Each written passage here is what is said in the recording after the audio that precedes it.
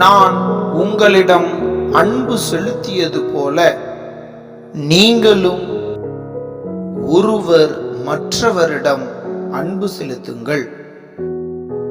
தூய யோவான் எழுதிய பரிசுத்த நற்செய்தி 13வது அதிகாரம் 34வது இறை திருவசனம்.